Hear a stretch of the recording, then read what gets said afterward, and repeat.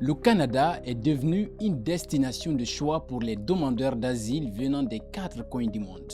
En 2024, plus de 62 000 personnes ont déposé une demande d'asile au Canada, soit une augmentation de 66% par rapport à l'année précédente. Parmi ces demandeurs, on trouve des étudiants, des visiteurs, des détenteurs de permis de travail, ainsi que d'autres personnes munies de documents délivrés par l'URCC, Immigration, Réfugiés, Citoyenneté Canada. Cependant, seulement 14 000 d'entre eux sont des étudiants. Mais qui sont-ils réellement ces demandeurs d'asile et pourquoi choisissent-ils cette voie?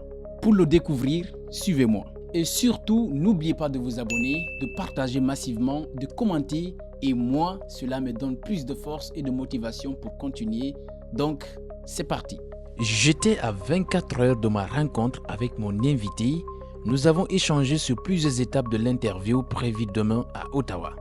Lors de cet échange, mon invité m'a promis de me donner plusieurs informations pertinentes concernant mon sujet. Pourquoi les étudiants internationaux choisissent de demander l'asile une fois au Canada? Une enquête à suivre de près.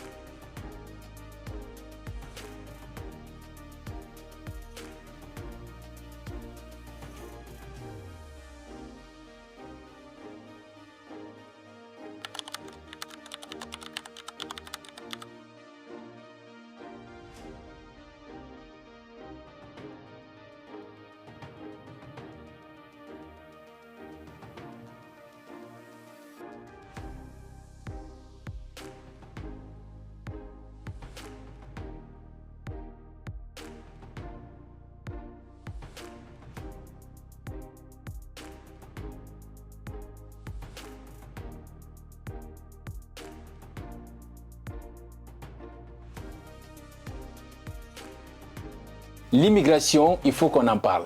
Je suis déjà avec mon invité, El Hadj Mamadou Baldé. Dans tout ce qui est question d'immigration, ici, il connaît énormément dedans. Donc, très rapidement, je vais me tourner vers lui.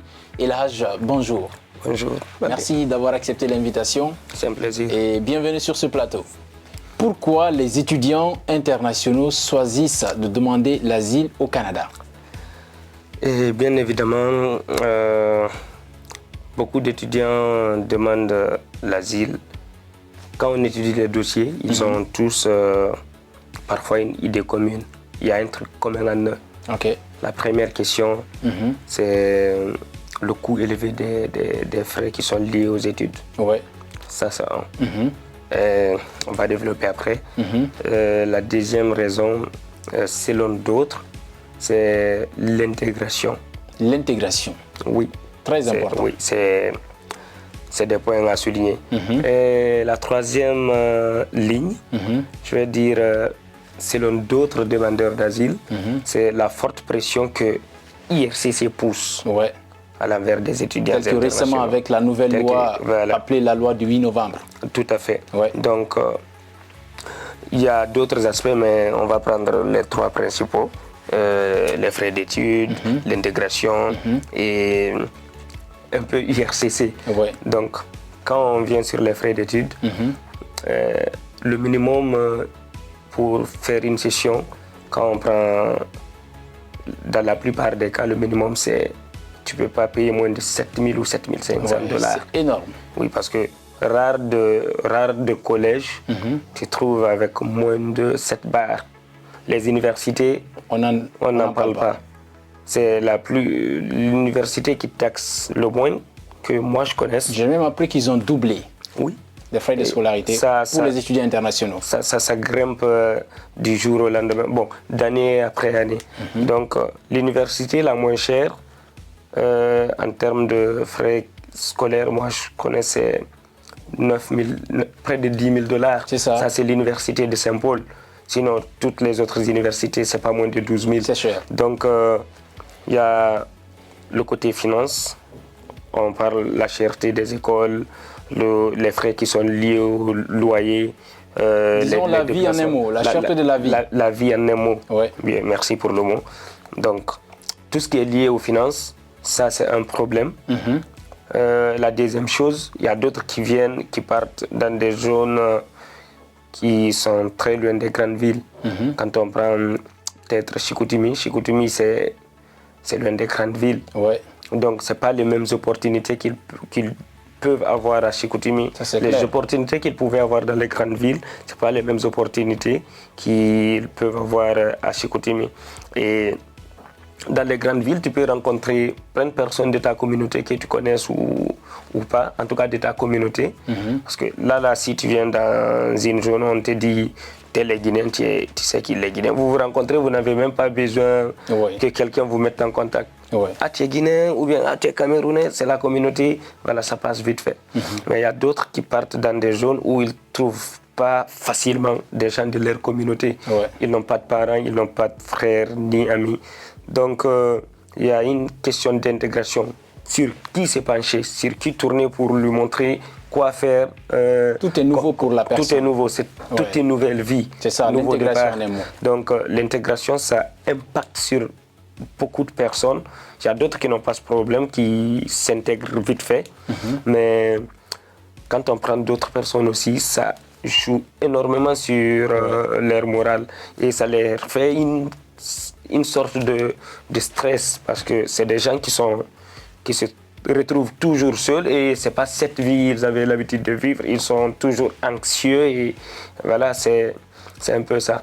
Donc, quand on prend le troisième point, j'ai parlé de IRCC. IRCC, c'est des professionnels, on n'a pas à les enseigner. C'est l'organe en charge de la gestion en matière d'immigration au Canada. Au Canada. Qui est rattaché directement au gouvernement fédéral. Tout à fait. Donc, c'est des experts qui sont là. Ils savent effectivement ce qu'ils font.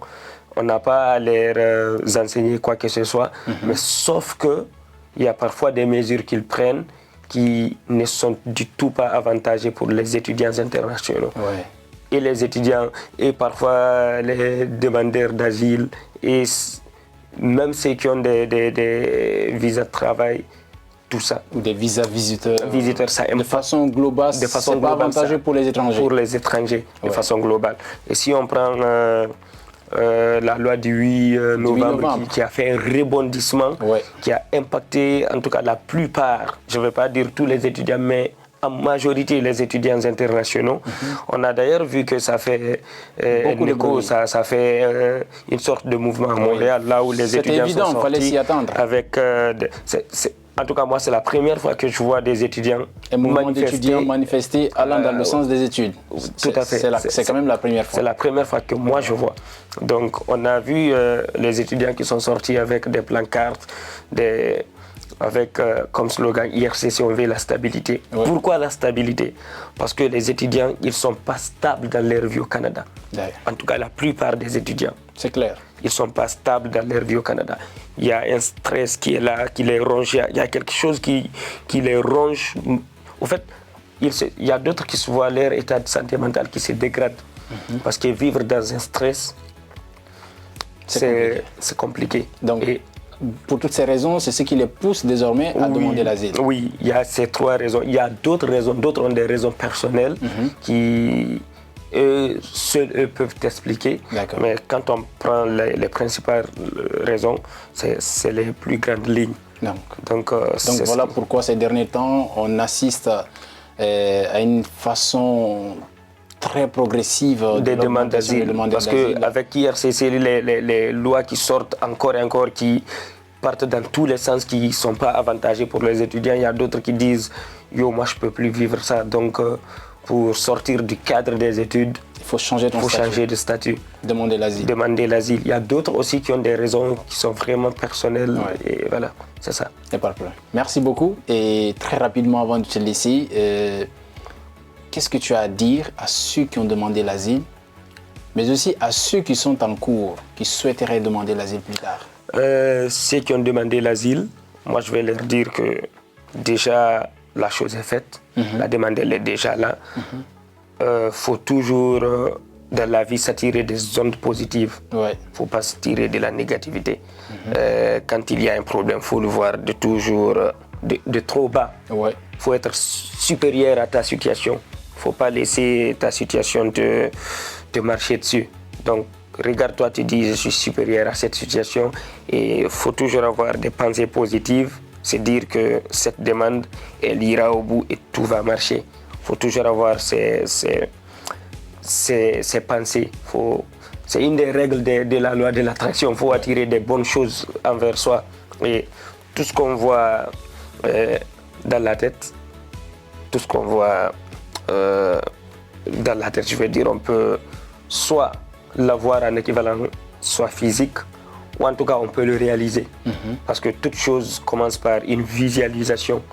Donc après la visualisation, tu peux rendre cette chose vraiment ce que tu veux. Sauf que là, c'est pas à l'intéressé de décider, mais dis-toi que ça va aller. En tout cas, moi j'espère que ça va aller pour toutes ces personnes qui ont demandé l'asile. Il faut toujours avoir cette idée dans la tête que ça va aller. Comme le dit Bob Marley, everything gonna be alright. C'est ça. Et pour ceux aussi qui n'ont pas demandé l'asile, mais qui souhaitent demander l'asile, la chose que je vais leur dire, c'est de réfléchir. De réfléchir beaucoup à leur situation. Parce que tu peux consulter qui que ce soit. L'intéressé va te dire fais ceci, fais cela. Mais c'est ta vie à toi. Ce sont tes choix à toi. Ouais. Personne ne va venir t'aider dans soit la merde dans laquelle où tu es. Ce que les gens peuvent, c'est t'applaudir quand ça va. Mais quand tu es dans la merde, son destin. Chacun est maître de son destin. C'est ça. Donc au lieu de plonger aveuglément dans un fleuve, donc faut d'abord faut te rendre compte qu'il n'y a pas de crocodile dedans. Ouais, c'est évident. Voilà. Donc c'est vrai, faut prendre des risques, mais des risques professionnels. Faut prendre du temps, en tout cas, ils n'ont qu'à prendre leur maximum de temps, analyser les tenants et les aboutissants, qu'est-ce qu'il ira de mieux avec leur contexte, je vais dire. Il n'y a pas de souci. Merci beaucoup. C'est un plaisir. Merci beaucoup à El Hadj Mamadou Baldé pour ce témoignage. Cette enquête nous a montré que derrière chaque demande d'asile, il y a une histoire unique, souvent marquée par des défis et des espoirs. L'interview m'a également aussi permis de mieux comprendre les réalités vécues par ces personnes en quête de protection. Le Canada, terre d'accueil, reste une destination complexe mais porteuse d'espoir. Merci d'avoir suivi cette aventure. À très bientôt.